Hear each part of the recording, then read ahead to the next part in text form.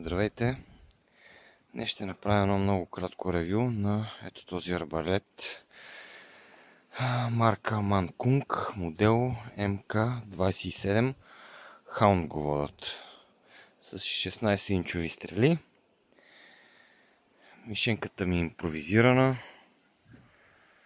тъй като в момента си чакам новата, която е най-вече за лъка, който взех и направих кратко ревю на него. Сега ще стреляме по това. Пълно е с парцали. Ще видим какво ще направим. Ще заснема реална стрелба. Надявам се да ви хареса. Ще направя няколко контролни изстрела. Ето така.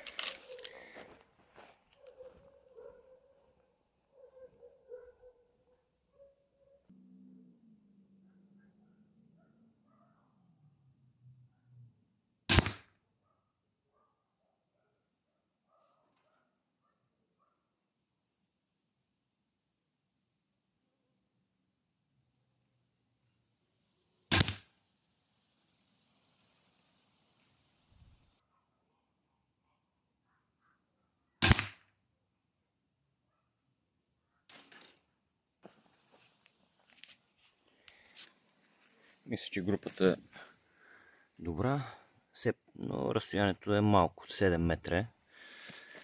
Мога да споделя, че спрямо лъка с арбалет е по-бавно, малко по-трудно се стреля, тъй като на всеки 3-4 стрела трябва да се маже с вакса. Ето тук. Насякъде, защото иначе, ето тук, извинявам се, трябва да се маже с вакса, защото тетивата ще се скъсат, иначе и всичко ще отиде по дяволите, как се казва. Разстоянието е 7 метра. Мисля да го направя на 10 и да направя още няколко групи, по 3. Да видим. Заложил съм мишената на 10 метра. Започвам да правя групите. Ще направя 3, предполагам 3 групи по 3. Сега ще видя как ще ги разпределя, защото няма всички са в центъра. Айде.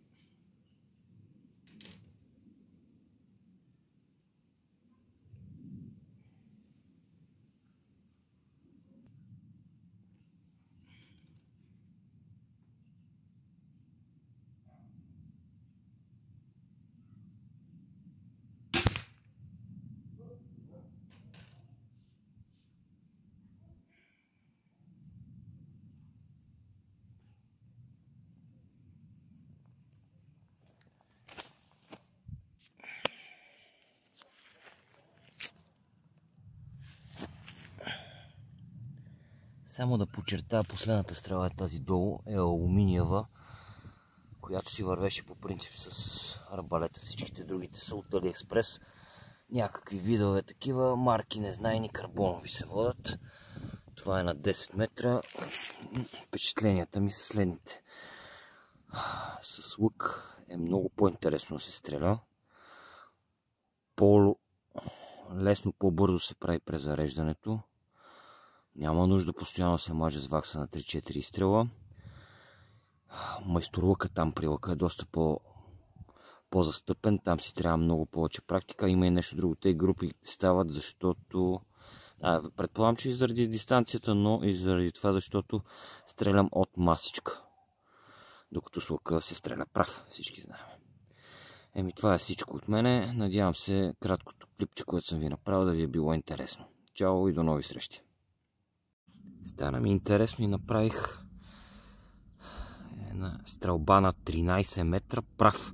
Между другото, сега се махна групата, но беше странното, че беше доста концентрирана. Сега ще направя една, просто да погледнете как е, но пак продължавам да твърдя, че с лъка е по-интересно и е едно по-голямо предизвикателство да се стреля. Арбалет като че ли е една идея по-предсказуем. Но това вече всеки може сам да си прецени, сам за себе си. Айде започвам.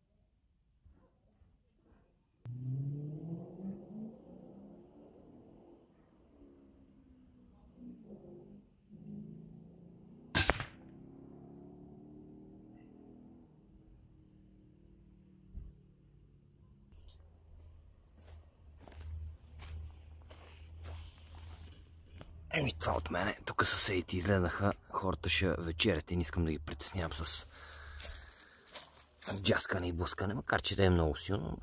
Приключвам се сега.